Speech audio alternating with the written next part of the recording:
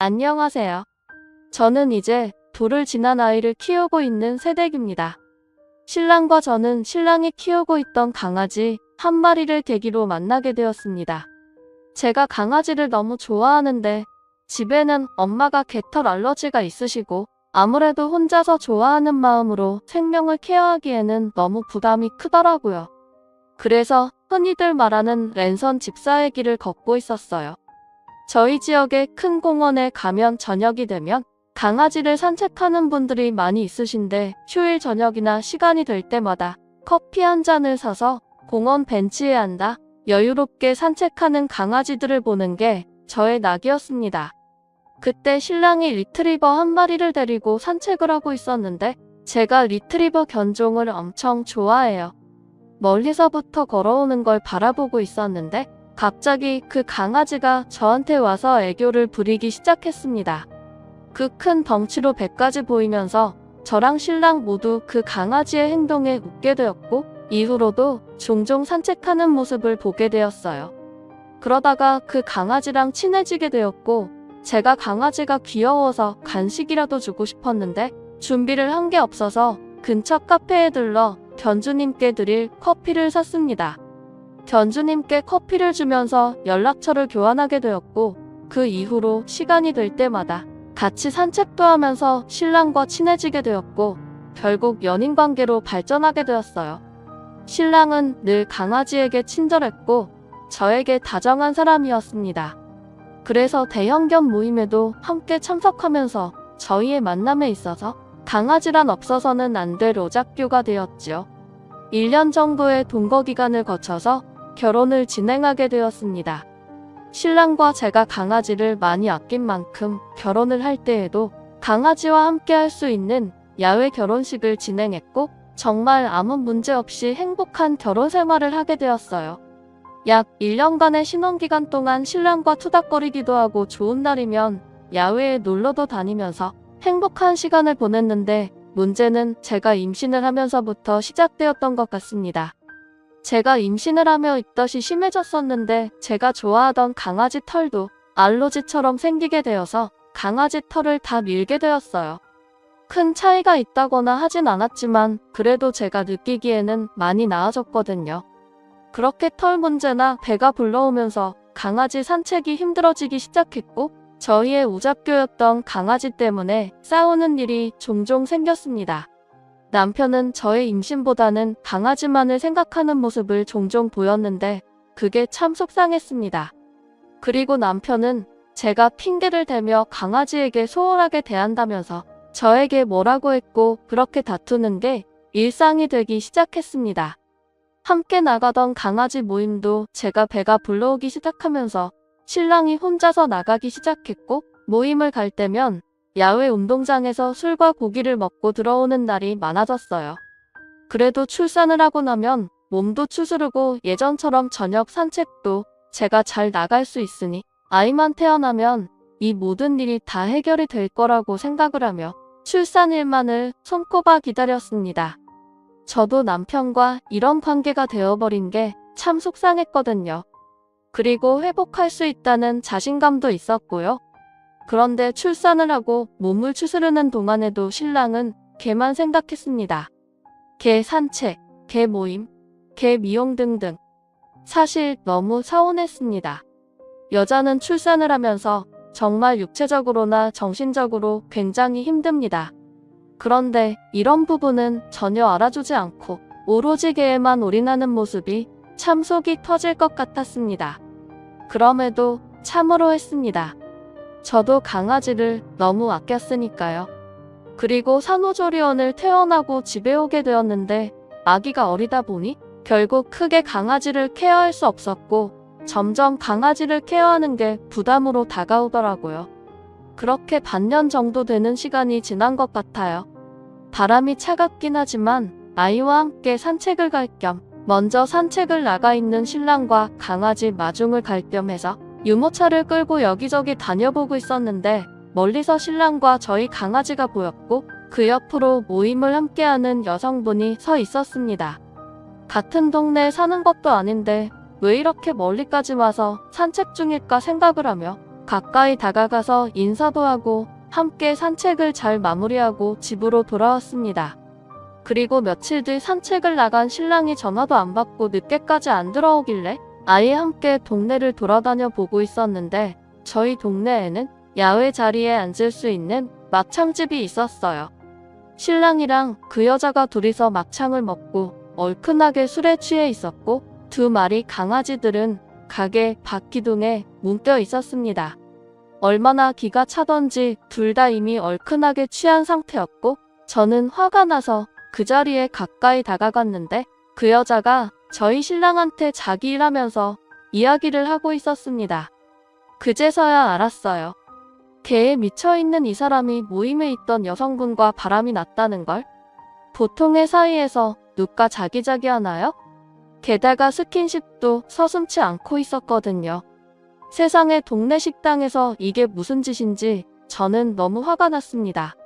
그래서 유모차를 옆에 세워두고 신랑을 일으켜서 싸대기를 때렸습니다. 주변에서는 무슨 상황인지 몰라서 순간 웅성거렸지만 제 옆에 있는 유모차와 술에 취한 남녀를 보고는 상황을 짐작하셨을 거라 생각합니다. 여튼 신랑이 술이 떡이 되어서는 화도 안 나는지 해실거림이 오고 있길래 그 자리에서 싸대기 2대를 더 때리고 제 휴대폰으로 사진을 찍고 신랑 휴대폰을 뒤지기 시작했습니다. 신랑이야 뭐 그제서야 상황이 파악되는지 저에게 소리를 지르며 달려들려고 했지만 주변에 계시던 남자 손님들이 신랑을 막아주신 덕분에 증거를 제 휴대폰으로 보내둘 수 있었습니다. 그날 거기 계셨던 분들 어찌나 감사하던지요. 쓰그 때는 소리 속의 아기도 아직 어린데 라는 이 말이 듣는데 어찌나 속이 쓰리던져. 그나마 그때 평소 강아지 사진을 전달하는 목적으로 에어드랍 기능을 많이 사용했는데 그 기능 덕분에 긴박한 순간에도 빠르게 증거를 받아볼 수 있었던 것 같습니다. 이 부분은 정말 다행이라고 생각하고요. 휴대폰 증거는 이때가 아니면 받기 힘들었을 거라서요. 그렇게 본인이 외도 현장에 걸렸고 주변 손님들의 불쾌한 시선을 느낀 신랑은 황급하게 자리를 떠났는데 떠나는 순간에는 그렇게 물고 빨고 하던 강아지도 두고 가더라고요. 지 새끼보다도 애를 낳은 지 얼마 안 된 와이프보다도 소중하게 대하던 몸이 그런 강아지를 두고 가다니 속으로 얼마나 비웃었는지 모릅니다. 그렇게 신랑이 자리를 떠나자 엎어져 자고 있던 멍청한 상검녀와 둘이 남게 되었고 아이가 있는 것도 잊은 채 자리에 앉아서 한참 울었습니다. 사장님께서 장사하시는데 방해가 될 만도 한데 다행히 저에게 휴지와 시원한 냉수를 챙겨주셨고 손님들은 최대한 저를 신경 쓰지 않으려 배려해 주셨던 것 같아요. 그렇게 울다가 집으로 가면 신랑이 있을 거란 생각에 온몸이 소름 돋으며 우선 친정에 이야기를 하면 너무 속상해하실 것 같아서 시댁에 전화를 했습니다. 어찌되었건 본인 아들이니 그나마 괜찮을 거라고 생각했어요. 저는 시어머니께 전화를 해서 남편의 외도 현장을 보았고 신랑이 지금 집에 있어서 못 들어가겠으니 신랑을 데려가 달라고 했습니다. 그랬더니 시댁에서 본인 집에 본인이 있는 걸 어떻게 나가라고 하냐면서 저보고 이해를 하라는 식으로 다독이더라고요. 뭐 와이프가 임신을 하게 되면 부부관계가 소원해지고 그러다 보면 남자들은 호기심이 많아서 다른 사람이 눈에 들어온다고. 이제 아이도 낳았으니 정신 차리고 다시 제 곁에 돌아올 거라고요? 대답도 안 하고 전화를 끊었어요. 뭐 짐승 새끼도 아니고 이게 말입니까? 본인 아들을 사람으로 키우신 게 아니라 짐승 새끼로 키우셨던 걸까요? 시부모님들은? 전 그 소리를 듣자마자 더 망설일 것 없이 본가에 전화를 했습니다. 집으로 전화를 했는데 엄마가 주무시고 계셔서 아빠에게 말을 했고 늦은 시간이었지만 한 걸음에 저를 데리러 와주셨어요. 바로 집으로 가고 싶은 제 마음과는 달리 아빠는 곧장 제 신혼집으로 가셨고 저 없이 혼자서 집에 들어가셨습니다. 세상 모르고 술에 취해 자고 있는 신랑을 깨우고 집에 있던 나무 주걱을 들고 신랑을 때리는 소리가 들렸습니다. 집에서는 장인어른 잘못했습니다 하는 소리가 온 아파트를 뒤흔들었고 개도 지 새끼가 있으면 잠도 안 자고 지키는데 개보다도 못한 새끼라며 신랑을 많이 때린 것 같았습니다. 그리고 곧 집이 무너지는 소리가 들렸는데 나중에 들으니 아빠가 화를 참지 못하시고는 골프채로 신랑 물건이 들어있는 장롱을 부셨다고 하시더라고요. 저는 밖에 있어서 소리만 들을 뿐이었고 그마저도 아이가 놀랄까봐 중간에 밑에 내려갔습니다. 나중에 그 말씀을 하시는 걸 듣는데 어찌나 속이 시원하던지요. 집으로 돌아가는 차 안에서 아빠는 시댁에 전화를 거셨고 저희 이혼 이야기를 아빠가 시댁에 통보했습니다. 걔만 또 못한 아들 내일 보러 집에서 짐 빼라고요. 저희 집은 저희 아빠 명의예요. 결혼할 당시에 저희가 벌어둔 걸로는 수도권에 집을 구하기가 힘들어서 아빠가 세를 놓고 있던 아파트에 저희가 입주를 하게 된 거였거든요. 그 당시에는 둘이 잘만 살면 된다는 생각에 아깝다. 생각 없이 그렇게 주셨고 감사히 받았었는데 그래서 명의도 여전히 아빠 걸로 되어 있었던 게 정말 다행이라는 생각을 했습니다. 명의를 전화 남편에게 주시려고 했었거든요. 그런데 정말 끝까지 시댁에서는 아이들이 별거 아닌 걸로 싸운 걸로 어린이 낳으면 어떻게 하는 식으로 말리시는데 정말 정 떨어지더군요. 그런 시댁에 아빠는 땡전 한 푼 없이 귀한 딸 데려갔으며 그래도 사람 도리는 지켜야 하는 것 아니냐며 시댁에 소리를 질렀고 그놈은 걔 그렇게 좋아하더니 이제는 그 걔만 또 못한 소리로 지저대냐며 그대로 전화를 끊었습니다. 결국 강아지는 집에 두고 저와 아이만 본가로 돌아가게 되었고 그날 이후로 밴드 모임에는 제가 두 사람의 바람 사실을 알렸습니다.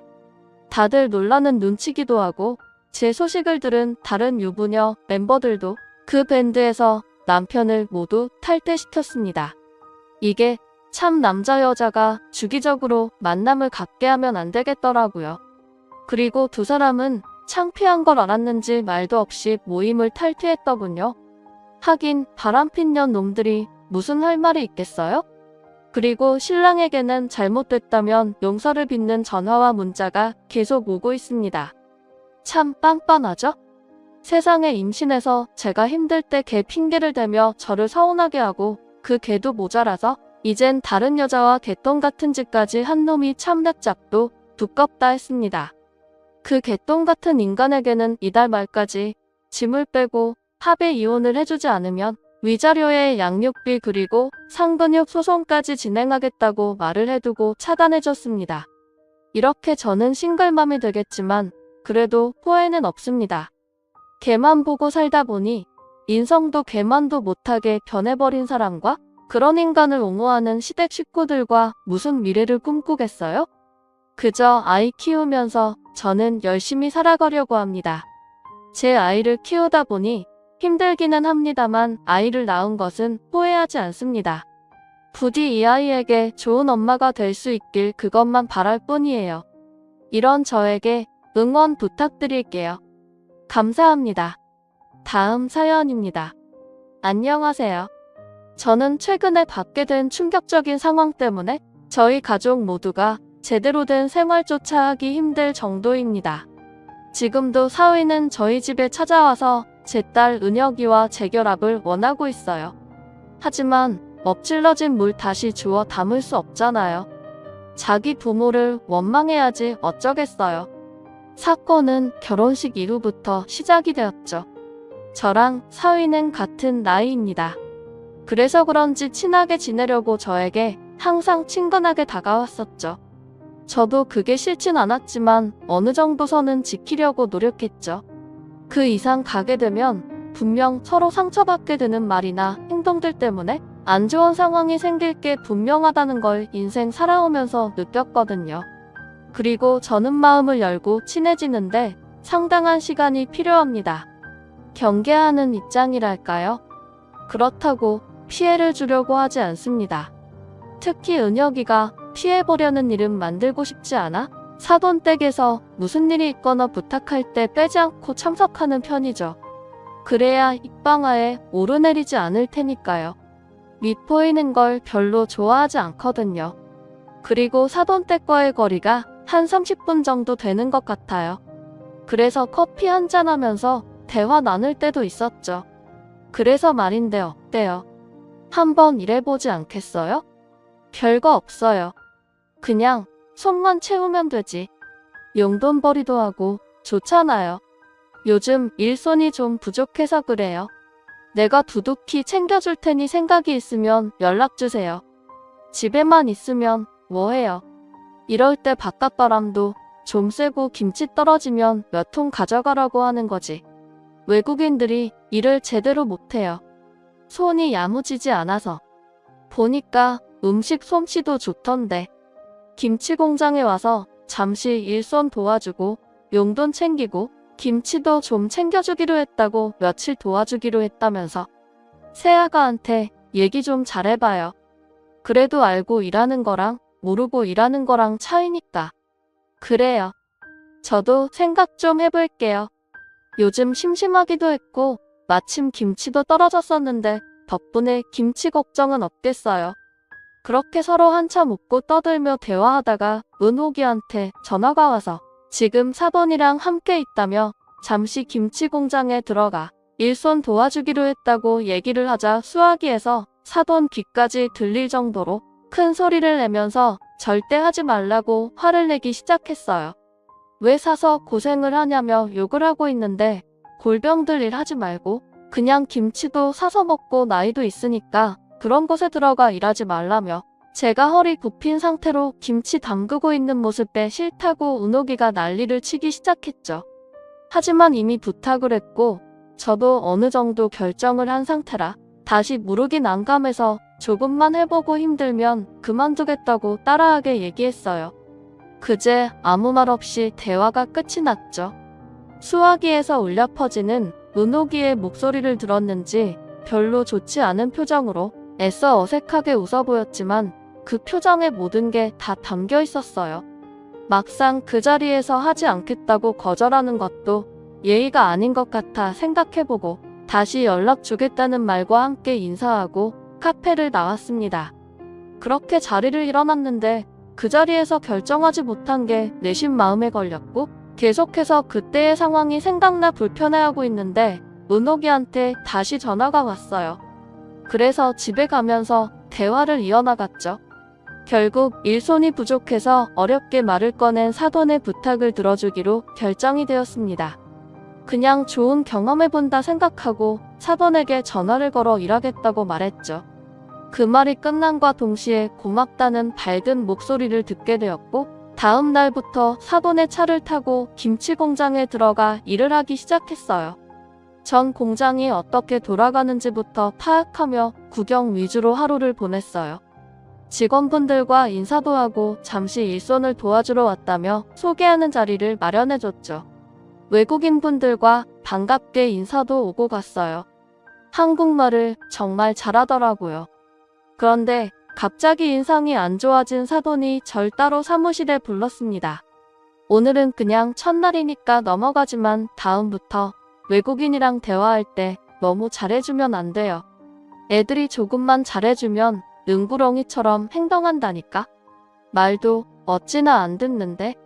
절대 존댓말 하지 말아요. 그냥 반말해요. 정줄 필요도 없어요. 쟤네들이 잔머리를 얼마나 많이 굴리는데요. 내가 저번에는 화탁지가 나서 엄청 뭐라고 했는데 한마디도 지려고 하지 않고 막 대들더니 김치 안 만들겠다고 사장이 나에게 오히려 큰소리 쳤다니까. 지금은 일손이 부족해서 참고 넘어가는 거지. 나중에 봐봐. 다 잘라버릴 거니까. 그럼 내일부터 같이 좀 해봐요. 그때 사돈의 얼굴에서 신보가 가득한 걸 느낄 수 있었어요. 저랑 카페에서 대화할 때와는 전혀 다른 얼굴을 하고 있었죠. 하지만 사장이 입장에서 바라보는 시선과 직원이 입장에서 바라보는 시선은 다르기 때문에 그냥 넘어갔어요. 하지만 다음 날부터 본격적인 일을 하기 시작했는데 저에게 점점 많은 간섭과 잔소리가 심해졌죠. 배우는 입장인 저는 처음에는 어쩔 수 없다고 생각했어요. 익숙해지면 괜찮아질 거라 생각했으니까요. 그런데 저는 이해하지 못하는 상황이 생기고 말았죠. 생각보다 김치에 속을 넣는 재료가 터무니없이 적었어요. 이건 무슨 양념만 바르는 것 같은 느낌으로 외국인들이 만들길래 저는 제 방식대로 집에서 김치 담글 때처럼 김치 안에 넉넉히 속을 넣었죠. 그래야 맛이 있지 않겠어요? 김치 색만 입히는 정도로 만든 김치는 소비자를 생각했을 때 정말 기분이 나쁠 것 같았거든요. 그런데 제가 하는 행동을 빤히 쳐다보던 외국인분들이 얼굴이 사색이 되어서는 절대 그렇게 하지 말라며 제가 만들어서 옆으로 빼놓은 김치를 전부 가져가더니 안에 집어넣었던 속을 전부 꺼냈습니다. 너무 당황해서 왜 그러냐고 물어보니까 사장님한테 혼난다며 절대 그렇게 하지 말라고 강한 어조로 저에게 경고하듯 얘기하길래 완성품을 쳐다보며 이런 식으로 만들면 누가 사 먹겠냐고 말하는 순간 사돈이 순찰을 하듯 상황을 체크하려고 들어왔습니다. 아무 말 없이 김치 만드는 걸 쳐다보고 있는데 외국인이 만든 김치 절반을 제 옆에 갖다 놓고 제가 만든 김치 속을 마저 빼고 있는데 그걸 본 사돈이 화들짝 놀라며 외국인에게 달려가 김치 속 많이 넣었다고 엄청나게 화를 내고 있었습니다.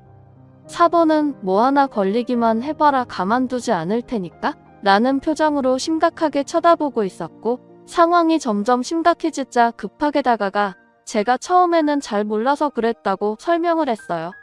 그제야 좀 진정이 된 듯 착하게 저를 보며 다른 직원이 하는 걸 보고 잘 따라 배우라고 어색한 웃음을 하면서 사무실로 들어갔어요. 폭풍이 휘몰아치듯 순식간에 식은 땀이 흐를 정도로 분위기가 무서웠습니다. 저도 남들에게 피해주지 않기 위해 시키는 대로 묵묵히 일을 하며 일주일 정도 다녔는데 항상 저에게 와서 하는 말이 김치 속 좀 적게 넣으라는 말들이었고 남들처럼 비슷하게 일하고 있는데도 사돈이 보기엔 마음이 들지 않았나 봅니다. 그러다 사건이 터지고 말았죠. 대낮부터 술을 먹고 회사에 들어와서 언성을 높이며 일 좀 똑바로 하라고 직원들에게 함부로 하고 있는 사돈의 모습이 상당히 신경이 거슬렸고 사장이라고 갑질을 너무 심하게 하는 것 같아서 더 이상 보기 힘들어 일 그만두겠다고 얘기하려고 생각하고 있다가 저도 모르게 집에서 김치 담근 것처럼 딱 한 포기만 속재료를 많이 채워 넣었습니다. 그런데 그걸 놓치지 않고 사돈의 눈에 들어가게 되었죠. 아주 난리가 났죠. 내가 해도 이것보단 잘하겠다. 그냥 색깔만 그런 것 같대요. 짠맛밖에 안 난대요. 어떤 사람은 김치를 먹는 게 아니라 배추 장아찌를 먹는 것 같다며 다신 시키지 않겠다고 난리도 아니던데요. 상품평은 보고 계신 거죠?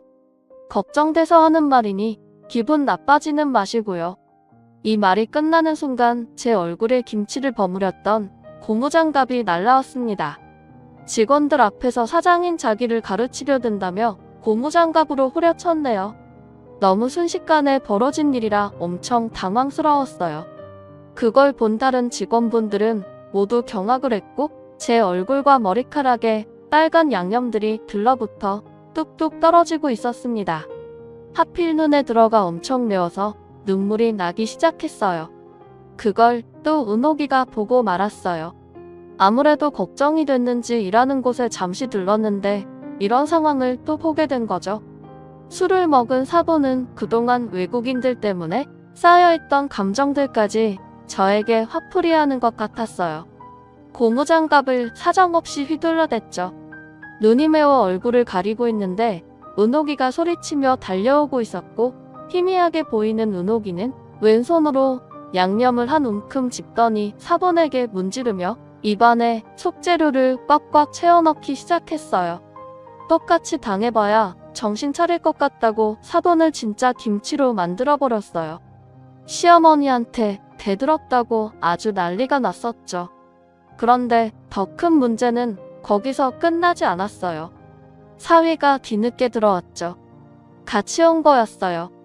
은옥이가 먼저 들어왔고 사위는 주차하고 들어왔기 때문에 이 상황을 전혀 모르고 있었죠. 다짜고짜 은옥이에게 화를 냈고 결국 사돈 싸움이 부부 싸움으로 번지게 되면서 상황은 정말 심각할 정도로 진행이 되었습니다. 순식간에 김치 공장은 아수라장이 되었고 그걸 모두 지켜봤었던 외국인 직원분들이 사위에게 모든 걸 설명해주면서 상황은 정리가 되었어요. 그걸 알게 된 사위가 저와 은옥이에게 미안하다고 사과를 했지만 사돈은 왜 사과하냐며 더 크게 난리를 치기 시작했어요. 사돈 혼자 진정이 되지 않자 은옥이와 저는 자리를 피했고 일단 집으로 들어왔어요. 집에 오는 동안 절대 가만두지 않겠다며 빨갛게 눈이 충혈된 제 얼굴을 보면서 눈물을 흘리고 있었습니다. 이런 상황에 한숨밖에 나오지 않았어요. 그렇게 집에 들어가 화장실에 거울을 보는 순간 이 나이 먹고 이런 취급을 받았다는 게 갑자기 서럽게 느껴졌고 다리에 힘이 풀려 털썩 주저앉고 말았어요. 거실에서는 은옥이와 사위가 싸우는 듯 심각한 대화가 계속해서 이어졌고 은옥이는 잠시 나갔다 온다며 흥분해서는 빠르게 집을 나갔습니다. 저는 샤워를 하면서 얼굴과 머리카락이 말라붙어 있던 것들을 힘겹게 떼어내고 거슬러 나왔는데 사위에게 전화가 왔어요. 김치 공장에 경찰자로 와 있다며 이혼하겠다고 은옥이가 난리를 치고 있으니 제발 다시 와달라고 애원하길래 빠르게 다시 김치 공장으로 달려갔죠. 사돈도 급하게 얼굴을 닦았는지 어느 정도 괜찮아 보였지만 술에 취해 제정신이 아니었어요. 은옥이는 경찰을 동원해 현장의 CCTV를 확인했고 알고 보니 저한테 한 행동에 대해 소송을 걸려고 움직이는 듯 했죠. 저는 일단 진정하라고 했지만 제 말은 들으려 하지 않았어요. 벌써 눈이 돌아가 버린 상태라 수습이 되지 않았고 사돈은 자기가 한 행동에 대해 전혀 잘못한 게 없다는 듯 계속해서 심한 말들을 하고 있었어요. 점점 상황은 심각해지고 있었죠. 그렇게 CCTV를 확보하고 경찰분들은 상황을 진정시키려 하는데 외국인 직원 한 분이 은옥이에게 귓속말로 뭔가를 얘기하는 순간 엄청난 파장을 불러일으켰는데요. 은옥이는 급하게 김치 숙성실로 달려갔고 거기에 있는 양념을 들추는 순간 비명을 질렀습니다. 믹서에 갈아 만든 양념들을 보관해두는 곳이었는데 관리가 잘 안 되어 있었던 건지 벌레가 바글바글했고 모두가 경악을 하고 말았죠. 경찰분들도 충격을 먹었는지 심각한 표정으로 사돈을 바라봤어요. 그런데 사돈이 한 말이 더 충격이었습니다. 어차피 다 갈아야 하는 재료들이고 단백질인데 뭐가 문제 있냐며 저희 가족들도 맛있게 먹지 않았냐며 소리치는데 그 말을 듣던 은옥이가 밖에서 달려나가더니 오바이트를 하고 말았어요. 결국 시댁 식구들은 모두 경찰서로 연행이 되었고 김치 공장은 문을 닫게 되었습니다. 은옥이는 이 상황에 대해서 절대 용서할 수 없다며 사람이 먹지 못할 식품을 판매한 사돈에게 소송을 걸었고 이 제품을 구매한 사람들의 리스트까지 뽑아서 구매한 사람들 모두 소송을 걸게 만들었습니다. 사돈 댁은 순식간에 길거리에 앉은 꼴이 되었고 은옥이는 사위와 이혼을 하게 되었어요. 지금도 찾아와서 그때 상황은 미안하다며 다시 받아달라고 애원하고 있지만 은옥이는 절대 용서해주지 않고 있습니다. 사돈은 아직까지도 자신의 잘못을 모르고 있어요. 절대 저한테 와서 용서를 빌지 않겠답니다. 잘못된 행동으로 인해 받게 되는 벌 충분히 받고 이웃침에 살길 바랄 뿐입니다. 제 사연 읽어주신 분들 감사합니다.